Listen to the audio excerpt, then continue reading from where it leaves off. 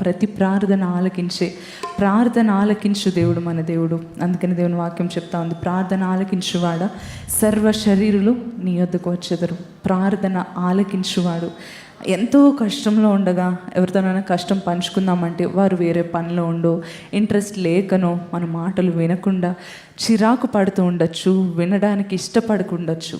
కానీ ప్రతి పరిస్థితిలో అండి, ప్రతి చిన్న డీటెయిల్ని, ప్రతి చిన్న మాటను, మన ప్రతి చిన్న విన్నపమును ఆయన ఆలకించువాడే ఉన్నాడు.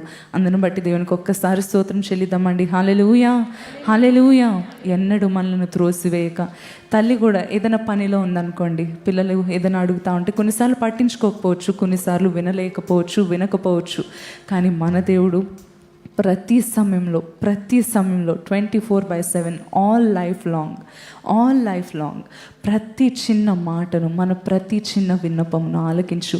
విన్నపాలు విను దైవము. అందుకని నీ వాక్యమే మకరందమై నన్ను బలపరిచిందయ్యా, నా ప్రార్థనకు జవాబిచ్చావు కదయ్యా. ఆ లెక్కకు మించిన దీవెనలతో దేవా, వాటన్నిటిని బట్టి నీకు స్తోత్రం చెల్లిస్తున్నాను.